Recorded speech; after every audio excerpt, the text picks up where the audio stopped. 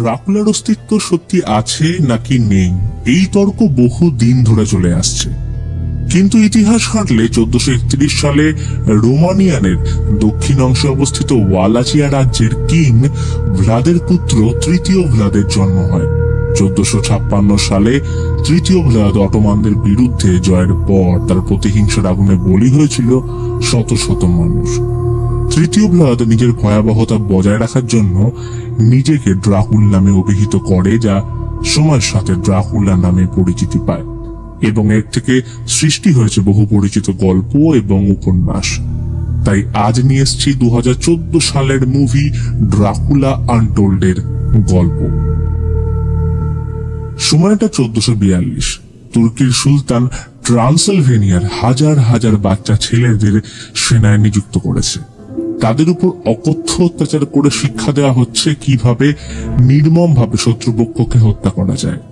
এইভাবেই ওদের মধ্যে তৈরি হয় এক মহান যোদ্ধা, Vlad the impeller, son of the dragon, যার নাম শুনে বিপক্ষের সৈন্যদল ভয় কাঁপত। কিন্তু একসময় রক্তক্ষয়ী জীবন কাটানোর পর ভ্লাদ সমস্ত কিছু ছেড়ে ট্রান্সিলভেনিয়াতে ফিরে যায় শান্তভাবে রাজত্ব করার জন্য। রাজ্যের সবাই তাকে প্রিন্স বললেও পুরো পৃথিবী তাকে চিনত ড্রাকুলা নামে। আজ ভ্লাদ তার সৈনিকদের নিয়ে এসছে রাজ্য সীমানায়, কারণ প্রবহমান ঝর্ণায় তাদের প্রতিপক্ষ তুর্কির হামজাবের সৈন্যদলের হেলমেট পেয়েছে। তার সন্দেহ তুর্কির কোনো গুপ্তচর তাদের আশেপাশে লুকিয়ে রয়েছে। তবে সন্দেহ করা হচ্ছে এটা ঝর্ণায় বয়ে এসছে উপরের ব্রোকেন টুথ পাহাড় থেকে। ভ্লাদ তার বিশ্বস্ত সহকারী দিমিত্রুকে রাজ্যে ফিরে যাওয়ার আদেশ দিয়ে সৈন্যদলকে প্রস্তুত রাখতে বলে নজরদারি দ্বিগুণ বাড়িয়ে দেয় এবং নিজে নিকোলো আন্দ্রেইকে নিয়ে ব্রোকেন টুথ পাহাড়ের দিকে রওনা দেয়। কিছুক্ষণ পর সীমাহীন পাহাড়ের উপরে উঠে একটা গুহা দেখতে পায়। ওটার সামনে আসতেই ভিতর থেকে এক ঝটকায় বাদুড়ের দল বেরিয়ে আসার সাথে বাতাসের দুর্গন্ধ ছড়িয়ে পড়ল। ভ্লাদ সতর্ক হয়ে যায়, কারণ দিনের বেলায় বাদুড়ের দল কখনো গুহার বাইরে আসে না। নিশ্চয়ই গুপ্তচর এখানে লুকিয়ে রয়েছে, তাই ওরা গুহায় প্রবেশ করল। এত গহীন অন্ধকারে কিছু দেখা যায় না, তাই মশাল জেলে এগোতেই নজর পড়ল একাধিক নরকঙ্কাল ও মাথার খুলির দিকে, সাথে মেঝেতে ছড়িয়ে পড়ে রয়েছে হাড়ের টুকরো। তখনই অদৃশ্য কেউ তাদের উপর ঝাঁপিয়ে চোখের নিমেষে দুজনকে টেনে নিয়ে গেল। আচমকা আক্রমণে ভ্লাদ নিজেকে সামলাতে পারল না। কোন রকমে গুহার বাইরের আলোর দিকে আসলে তরোয়ালে আলো রিফ্লেক্ট হয়ে পড়ল সামনের দিকে। দেখল অন্ধকারে দুটো চোখ চলছে। রাক্ষসের মতো তীক্ষ্ণ দাঁতের মাঝে প্রকাশ পাচ্ছে হিংস্রতা। জন্তুর মতো আওয়াজ করে ওই অজানা জিনিসটা ভিতরের অন্ধকারে ঢুকে যায়। ভ্লাদ দেখল তরোয়ালে লেগে থাকা রক্তে আলো পড়তেই সেটা বাষ্পের মতো হাওয়ায় মিলিয়ে যাচ্ছে। এমন দৃশ্য এর আগে সে কখনো দেখেনি। ঘোড়া ছুটিয়ে ফিরল নিজের মহলে। সবার আগে দেখা করলো প্রিস্টের সাথে। ওনার মতে 4 দিন আগে রাজ্যের প্রতিটা পাদ্রী স্বপ্নে এই শয়তানকে দেখেছে। প্রথমে অবশ্য আমিও বিশ্বাস করিনি, কিন্তু নিজে দেখলে জানতে পারলাম এই শয়তানের কথা। বহু শতাব্দী আগে ভবিষ্যৎবাণী হয়েছিল রোমান সাম্রাজ্যে এই পিশাচ জেগে ওঠার। এই পিশাচ কখনো আমাদের মতোই সাধারণ মানুষ ছিল, কিন্তু সে একদিন ক্ষমতার লোভে নরক থেকে ডেকে তুলল শয়তানকে, করল তার সাথে চুক্তি। কিন্তু শয়তান ছলকপটের মাধ্যমে তাকে দিল এমন এক বরদান, যার কারণে তাকে সারা জীবন কাটাতে হলো গভীর অন্ধকারে। শোনা যায় অভিশাপের কারণে সে কখনো সূর্যের আলোয় বেরোতে পারত না, তাই সে অপেক্ষা করছে এই অভিশাপ অন্য কারোর মধ্যে ট্রান্সফার করার জন্য, যাতে সে মুক্তি লাভ করে। সব জানার পর ভ্লাদ প্রিস্টকে আদেশ দিল এই খবর গোপন রাখার। এরপর সে ফিরল নিজের সব থেকে ভালোবাসার মানুষগুলোর কাছে, তার সন্তান এঙ্গেরাস এবং স্ত্রী মিডেনার কাছে। ভ্লাদ নিজের থেকেও বেশি এদের ভালোবাসে। ছোটবেলায় যা কিছু তার সাথে ঘটেছে সে চায় না তার ছেলের সাথেও এমনটা হোক। পরের দিন ইস্টার। পুরো রাজ্য আনন্দে মেতে উঠেছে। বিগত 10 বছর রাজ্যে কোনো যুদ্ধ হয়নি, আর এমনটাই যেন ভবিষ্যতে চলে। এর মধ্যে মহলে প্রবেশ করল তুর্কির সেনাপতি হামজাবে। সুলতান মেহমুদ তার নজরানা নেওয়ার জন্য পাঠিয়েছে। তবে ওদের একটা আপত্তি আছে, কারণ তাদের একজন গুপ্তচর দেশের সীমানায় মারা পড়েছে। এবং সন্দেহের তীর ভ্লাদের উপর। তাই সুলতান 1000 জন ট্রান্সিলভেনিয়া বাসী চেয়ে পাঠিয়েছে তার সৈন্যদলের জন্য। যারা 15 বছরের এবং তার ঊর্ধ্বে রয়েছে তাদের পাঠানো হবে হাঙ্গেরির সাথে যুদ্ধ করতে, এবং যারা 15 বছরের নিচে তাদের তৈরি করা হবে ভিয়েনার সাথে যুদ্ধের জন্য। এটা শুনে ভ্লাদ রেগে যায়, কারণ এই প্রথা অনেকদিন আগেই বন্ধ হয়ে গেছে। এই নিয়ে দুই পক্ষের মধ্যে বচসা হলে হামজা ভ্লাদকে হুমকি দিয়ে যায় সৈন্যদলে লোক পাঠানোর জন্য, না হলে তাদের দেশে সুলতান আক্রমণ করবে। রাতে ইংগিরাসের সাথে তার ছোটবেলার অভিজ্ঞতা নিয়ে কথা হচ্ছিল। ভ্লাদের বাবা সুলতানের দাসত্ব করার জন্য তাকে ছোটবেলায় ওদের সাথে পাঠিয়ে দেয়, কিন্তু তার ছেলের সাথে এমনটা সে হতে দেবে না। তবে ভ্লাদ সুলতানকে চেনে, তার মতিগতি ভালো নয়। তাই পরের দিন সওদা করতে বেরিয়ে পড়ল তুর্কির সুলতানের সাথে। একসময় এই সুলতান ভালো বন্ধু ছিল ভ্লাদের, কিন্তু ভ্লাদের প্রতি সুলতানের বাবা সময়ের সাথে যত্নশীল হয়ে ওঠেন, তাকে নিজের ছেলের সমান ভালোবাসতে শুরু করলেন। এটাই মেহমাদের পছন্দ হয়নি।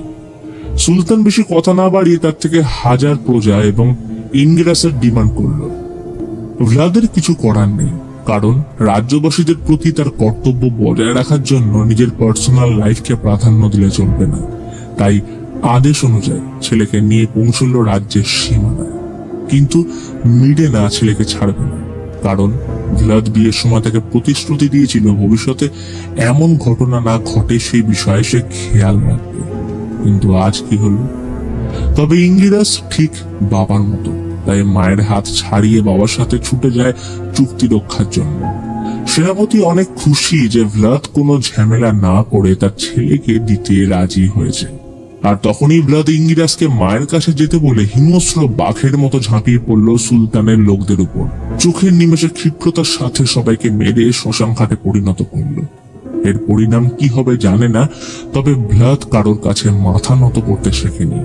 কিন্তু এরপর ট্রান্সিলভেনিয়ার সাথে যা ঘটতে চলেছে তার দায়িত্ব কে নেবে? ভ্লাদ সন্তান ও স্ত্রীকে দিমিত্রুর সাথে রাজ্যে পাঠিয়ে সবার অজান্তে ছুটে চলল ব্রোকেন টুথ পাহাড়ের দিকে। একাই চড়াই করে পৌঁছল সেই গুহার সামনে।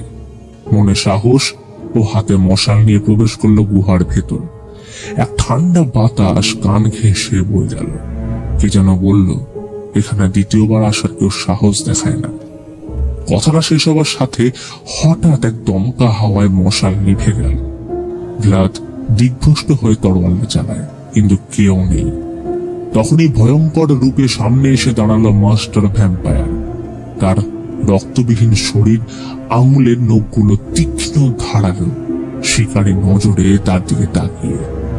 ভ্যাম্পায়ার কাছে এসে ভ্লাদকে শুকে বলল, অন্য কেউ হলে ভয়ের গন্ধ পেতাম, কিন্তু তোমার মধ্যে যেন প্রতিশোধের গন্ধ আসছে। আর ওই সিলভার আংটিটা সরাও, আমার অসুবিধা হচ্ছে। ভ্লাদ সেই মতো সরিয়ে বলল, আমার রাজ্যে তুর্কি সৈন্য আক্রমণ করবে, আমাদের সেই শক্তি নেই তাদের আটকানোর। আমি আমার পরিবার এবং রাজ্যকে বাঁচাতে চাই, এবং এটা সম্ভব তোমার শক্তির দ্বারা। ভ্যাম্পায়ার হেসে বলল, ড্রাকুল পরিবারে জন্ম নেওয়া জল্লাদ ভ্লাদ তা ইম্পেলার, যে কিনা নির্দ্বিধায় কয়েক হাজার নির্দোষ মানুষকে মেরে এখন আমার সামনে দাঁড়িয়ে ভিক্ষে চাইছে। হ্যাঁ, চাইছে, কারণ কোনো একটা ছোট্ট স্যাক্রিফাইস করে যদি 1000 জনকে বাঁচানো যায় তাহলে আমি সেটাই বেছে নেব। অনেক সময় কোনো কাজের জন্য হিরো নয়, বরং শয়তানের দরকার পড়ে। ভ্যাম্পায়ার ওর গলার কিছুটা অংশ নখ দিয়ে চিড়ে তার লম্বা জিভ দিয়ে রক্ত চেটে বলল, তুমি জানো এই অভিশাপের ফলাফল কি হতে পারে? 1000 বছর ধরে আমি এই গুহায় আটকে, নরকের সেই শক্তি আমায় পিশাচ বানিয়েছে। চাইলেও আমি মুক্তি পাই না। তাই এতদিন অপেক্ষা করছিলাম তোমার মতো একজন যোগ্য উত্তরাধিকারীর জন্য। আমরা দুজনেই এখন একে অপরের সমর্থক। আমার রক্তপান করে তুমি এই অমানবিক শক্তি নাও আর আমায় মুক্তি দাও। এই বলে নিজের হাত থেকে রক্ত বের করে একটা খুলির মধ্যে রেখে ভ্লাদকে সেই রক্ত পান করতে বলে। এর বদলে সে পাবে 100 মানুষের সমান শক্তি, উল্কাপিণ্ডের খসে পড়ার মতো গতি, এবং রাতের মালিক হওয়ার সাথে রাতের যেসব জীব জেগে ওঠে তাদের উপর সম্পূর্ণ নিয়ন্ত্রণ। তাদের ছোট ছোট গতিবিধি তুমি দেখবে এবং অনুভব করতে পারবে। তবে আমার রক্ত পান করার পর মানুষের রক্তের প্রতি তোমার তৃষ্ণা বাড়বে। তবে তুমি যদি 3 দিন রক্ত পান না করে নিজেকে কন্ট্রোলে রাখতে পারো তাহলে পুনরায় নর্মাল মানুষে ফিরে আসবে। কিন্তু এই 3 দিনের মধ্যে যদি রক্ত পান করে ফেলো তাহলে আমি চিরতরে মুক্তি লাভ করব এবং এই অন্ধকার জগতের নতুন মাধ্যম হবে তুমি। সময়ের সাথে এই সমাজ, রাজ্য, এমনকি তোমার নিজের ভালোবাসার মানুষদের মৃত্যুর কারণ হয়ে দাঁড়াবে তুমি। এটা শেষ না হওয়া এক খেলা, সত্য বনাম মিথ্যে, আলো বনাম অন্ধকার। নাও আমার রক্ত আর বাঁচিয়ে নাও নিজের রাজ্য এবং পরিবারকে। ভ্লাদের কাছে এখন সিদ্ধান্ত নেওয়ার মতো সময় নেই, তাই এক ঢোকে খেয়ে ফেললো মাস্টার ভ্যাম্পায়ারের রক্ত। ভ্লাদের দাঁড়িয়ে থাকার মতো আর শক্তি নেই।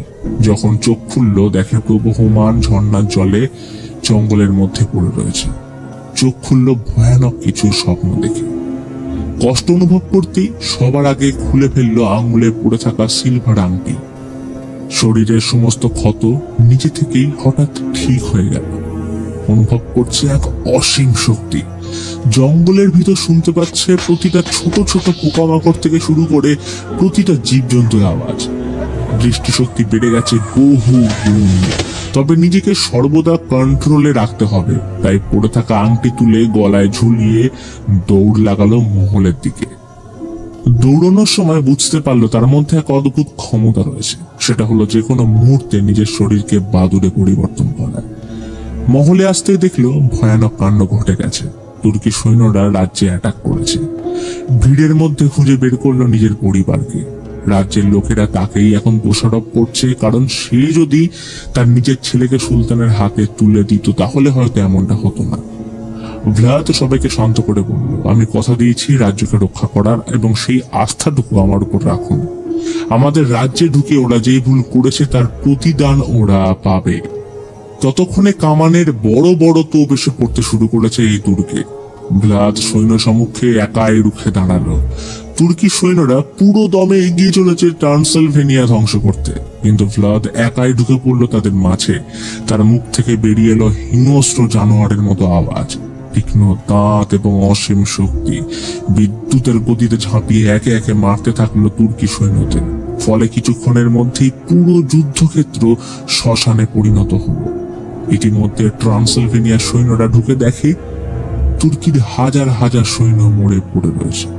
ওরা নিজের চোখকে বিশ্বাস করতে পারছে না। ভ্লাদ বলল, এই যুদ্ধে কি হয়েছে আমরা জিজ্ঞেস করো না, শুধু আমার উপর ভরসা রাখো। কিন্তু আমাদের এখানে থাকলে চলবে না, আমাদের এগিয়ে যেতে হবে পাহাড়ের কোজিয়া মনাস্ট্রির দিকে। তবেই তোপের প্রভাব থেকে আমরা সুরক্ষিত থাকব। তবে সুলতান যখন আসবে তখন আমাদের তৈরি থাকতে হবে। ইতিমধ্যে সুলতানের কাছে খবর চলে যায় ভ্লাদ তার 1000 সৈনিক মেরে ফেলেছে। কিন্তু দুঃসাহসী সুলতান এসব পরোয়া না করে হুকুম করলো 1 লাখ সৈন্য পাঠানোর, কারণ ইউরোপ আক্রমণ করার আগে তা যেমন করেই হোক ভ্লাদের কাটা মাথা চাই, সাথে ওর ছেলেকে। অন্যদিকে দিমিত্রু জঙ্গল ও পাহাড়ের সাহায্যে পুরনো পন্থায় যুদ্ধের জন্য প্রস্তাব দিলে ভ্লাদ বলল, অনেক সময় লেগে যেতে পারে, কারণ আমি এই যুদ্ধ 3 দিনের মধ্যে শেষ করতে চাই। ইতিমধ্যে ভ্লাদের মধ্যে পরিবর্তন আসতে শুরু করে। রক্ত তৃষ্ণা একটু একটু করে জেগে উঠছিল। তাঁবুতে ঢুকে মিরেনার সাথে সময় কাটানোর সময় ভ্লাদের বারংবার নজর যাচ্ছিল তার ঘাড়ের দিকে। ধমনী দিয়ে বয়ে যাওয়া প্রবহমান রক্ত তাকে টানছিল, তাই এক ঝটকায় উঠে পড়ল ভ্লাদ। যেমন করেই হোক 3 দিন পার করতেই হবে। ইতিমধ্যে যুদ্ধক্ষেত্রে এক সৈনিকের খবর আসে সে এখনো বেঁচে আছে। তার কাছে সুলতান পৌঁছলে দেখে পুরো যুদ্ধক্ষেত্রে এক ভয়াবহ দৃশ্য। পরের দিন মিরেনা খেয়াল করলো বিছানার এক কোণে ভ্লাদ প্রচন্ড জ্বরে কাঁপছে। চাদর সরাতেই দেখলো তার পিঠের সমস্ত ক্ষতের দাগ মিলিয়ে গেছে।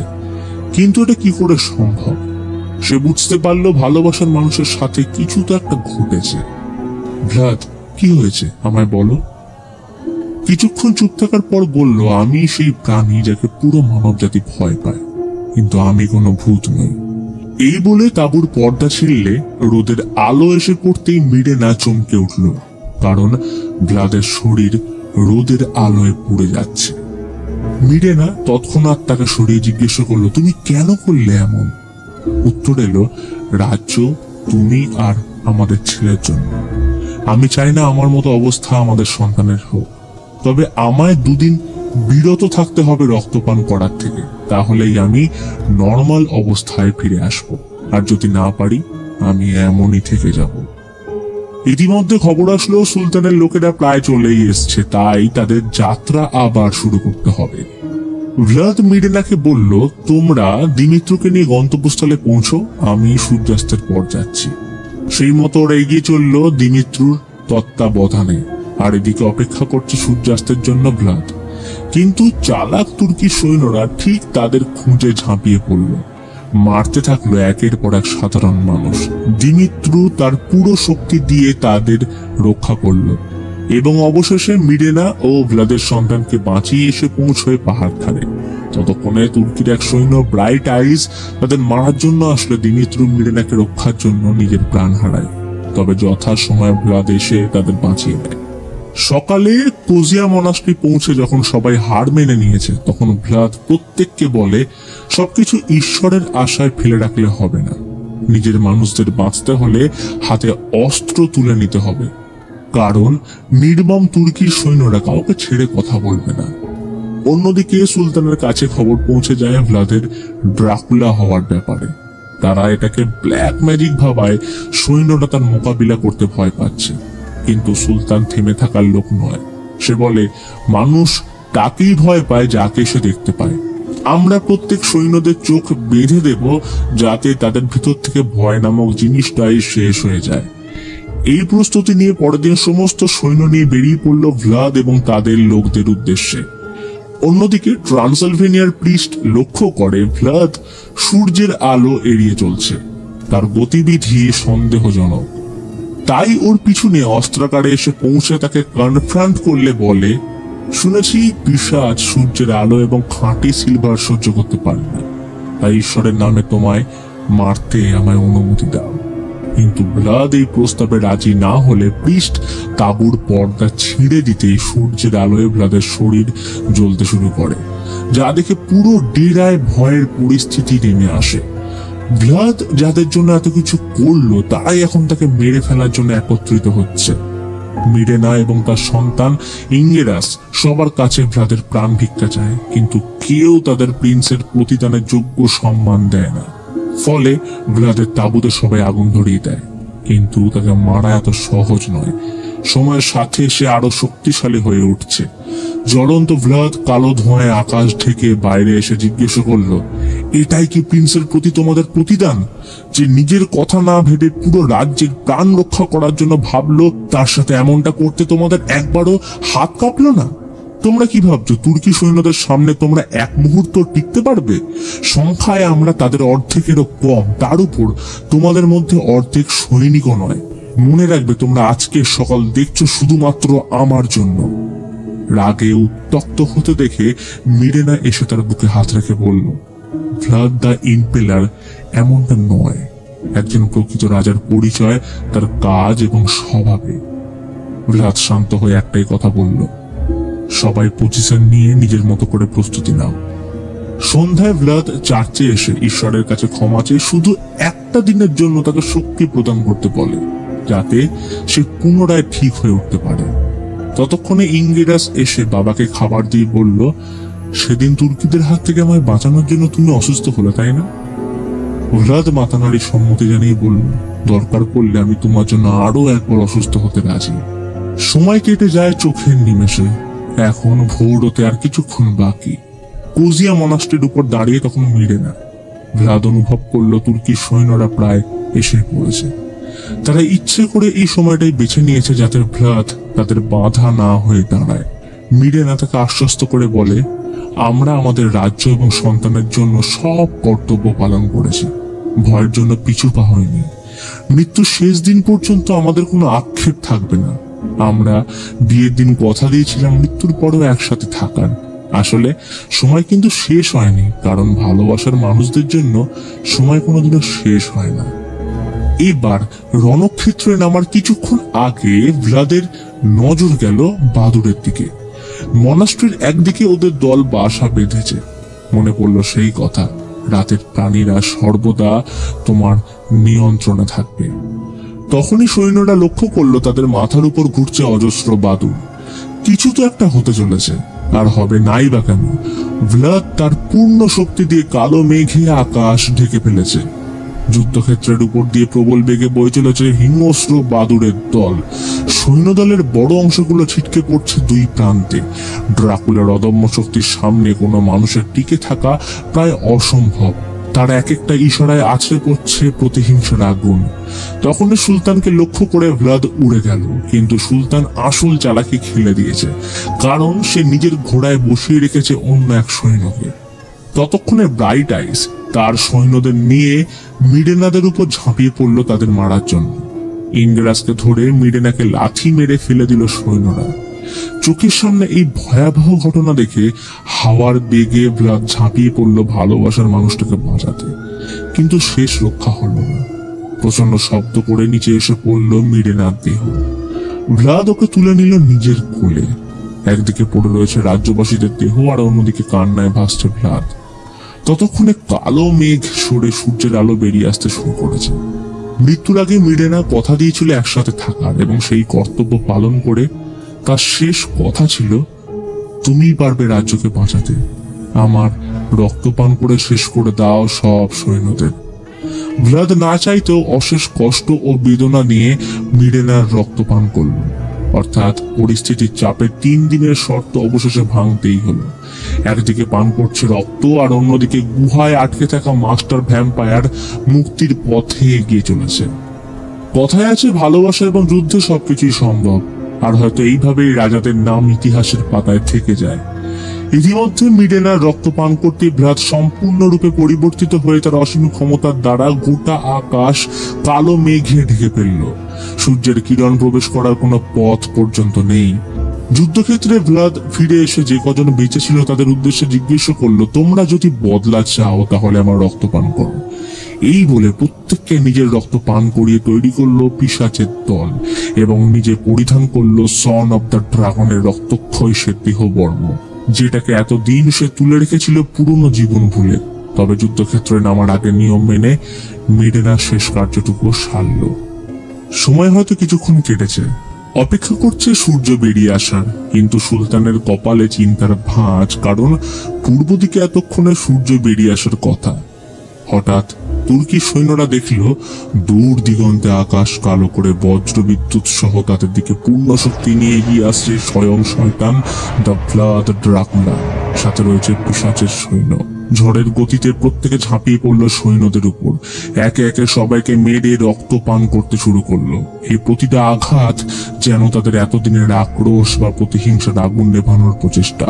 ইতিমধ্যে ভ্লাদ সুলতানকে মারার জন্য প্রবেশ করলো রাজতাবুতে, কিন্তু সেখানেই ঢুকতেই ঘটল বিপত্তি, কারণ সুলতান প্ল্যান মাফিক চারিদিকে খাঁটি সিলভার কয়েন সহ নিজের সিলভার তরোয়াল নিয়ে তার জন্য অপেক্ষা করছে, এবং তার কবলে রয়েছে ইংরেজ। ভ্লাদের উপর সিলভারের প্রভাব যথেষ্টভাবে কাজ করতে শুরু করে। সে ধীরে ধীরে অসুস্থ ও কমজোরি হয়ে পড়ছে। তবু সন্তানকে বাঁচানোর জন্য চলতে থাকলো তরোয়ালের যুদ্ধ। তার নিঃশ্বাস নেওয়া এখন প্রায় অসম্ভব হয়ে উঠেছে। এই সুযোগ নিয়ে সুলতান ভ্লাদকে কাবু করে তার বুকে তরোয়াল ঢোকাতেই যাবে, আর তখনই ভ্লাদ নিজের সর্বশক্তি দিয়ে শেষ দাঁওটা খেলে দিল, আর উল্টে সুলতানের বুক চিরে তরোয়াল ঢুকিয়ে মনে করিয়ে দিল সে আর ভ্লাদ দা ইম্পেরাল নেই, এখন সে শয়তান পুত্র ড্রাকুলা। এরপর ইংরেজকে নিয়ে যুদ্ধক্ষেত্রে ফিরে আসলে দেখল সবাই মরে পড়ে রয়েছে, কোনো মানুষের অস্তিত্ব সেখানে নেই। চারিদিকে ঘুরে বেড়াচ্ছে রক্তক্ষেকো পিশাচ। ব্লাড তার সৈন্যদলের একজনকে জিজ্ঞেস করলো, আর কে বেঁচে রয়েছে? উত্তর এলো, শুধুমাত্র আপনার ছেলে, ওকেও শেষ করি, কি বলেন? ব্লাড খেয়াল করলো তার নিজের পিশাচের দল এখন মানুষ না পেয়ে ইংরেজের রক্তের জন্য উদ্গ্রীব হয়ে উঠেছে, কিন্তু ড্রাকুলা তাকে সবার সামনে উচিত শিক্ষা দিল। তখনই বেরিয়ে আসলো প্রিস্ট, পবিত্র ক্রস নিয়ে সমস্ত পিশাচকে দূরে সরিয়ে ভ্লাদের দিকে এগিয়ে গেল। সে বুঝে গেছে তার এখন কি করণীয়, তাই ছেলের দায়িত্ব প্রিস্টকে দিয়ে বলল, এর সর্বদা খেয়াল রেখো, ওর যেন কোনো অভাব না হয়। ব্লাড তাকে শেষ বিদায় জানিয়ে আকাশের দিকে তাকিয়ে স্মরণ করল মিরেনাকে। এখন আমাদের সন্তান সুরক্ষিত মিরেনা, এটা বলে আকাশ থেকে কালো মেঘ সরিয়ে দিতেই সূর্যের কিরণ রণক্ষেত্রের মাটিতে ছড়িয়ে পড়ল। একে একে সমস্ত পিশাচ পুড়ে মরতে শুরু করলো। অবশ্য এর প্রভাব এসে পড়লো তার নিজের উপরেও। সে কথা দিয়েছিল রাজ্য এবং নিজের সন্তানকে সুরক্ষিত রাখার। সেই কর্তব্য মৃত্যুর শেষ দিন পর্যন্ত পালন করে গেল। হয়তো একজন প্রকৃত রাজা এমনই হয়। চোখের সামনে ভস্ম হয়ে ছড়িয়ে পড়ল ভ্লাদের দেহ। মিডেনা, আমি আসছি। এই ঘটনার পর কেটে গেছে বেশ কটা দিন। প্রিস্ট তার কথা রেখেছে। রাজ্যের সমস্ত শাসনভার ইনগেরাসের উপর দিয়ে তাকে নতুন প্রিন্স করা হলো। ওই দিনের ঘটনার পর তুর্কিরা কখনো এই মুখ হয়নি, এমনকি ইউরোপের রাজধানীতেও পৌঁছতে পারেনি। তবে যার জন্য সবকিছু সম্ভব হলো, সেই ভ্লাদ দ্য সন অফ ড্রাগনের না রয়েছে কোনো ছবি, না কোনো মূর্তি। তার অসীম কৃপায় তারা আজ জীবিত। রাতের পর যেমন সূর্য ওঠে, তেমনি যার হৃদয় মজবুত তার পুনর্জন্ম ঘটবে জন্ম জন্মান্তর। এর সাথে আমরা দেখি একজন প্রিস্টকে নিজের রক্ত দিয়ে ভ্লাদ ড্রাকুলাকে বাঁচিয়ে তুলতে। এই ঘটনার পর কেটে গেছে একটা লম্বা যুগ। সময়টা এখন বর্তমান। গতিময় সভ্যতার হাত ধরে মানুষ অনেক উন্নতির পথে এগিয়ে গেছে। এই রাস্তায় দেখা যায় ভ্লাদকে হাঁটতে। সে এত যুগ পরেও যেন একই বয়সে আটকে রয়েছে। ব্যস্ত শহরের মধ্যে দিয়ে হেঁটে যাওয়ার সময় শুনতে পেল খুব চেনা একটা কণ্ঠস্বর। সেখানে ভিড়ের মধ্যে দেখলো চেনা মানুষটাকে। সে আর অন্য কেউ নয়, স্বয়ং মিডেনা। তার সাথে প্রথম দেখায় ভ্লাদ বলে উঠল, যখন 7 জন্ম একসাথে থাকার কথা দিয়েছ, তাহলে আলাদা হওয়ার ভয় কিসের? কবিতাটা শুনতেই মিডেনা থেমে যায়। এই অচেনা মানুষটা তার পছন্দের কবিতা জানলো কি করে? ভ্লাদ বলল, এই কবিতায় বলা কথা চিরসত্য, যা জন্ম জন্মান্তর ধরে চলে আসছে। মন্ত্রমুগ্ধের মতো এগিয়ে এসে বলল, আমার নাম মিনা, আর আপনি? আমার নামটা না হয় পরেই জানা যাবে। এইভাবেই এক নতুন পরিচয়, নতুন ভালোবাসার সাথে এক মিষ্টি হাসি দিয়ে দুজন এগিয়ে চলল শহরের রাজপথে। তবে এদের দূর থেকে লক্ষ্য করছিল মাস্টার ভ্যাম্পায়ার। আর এই ঘটনার সাথে মুভি এখানেই শেষ হয়।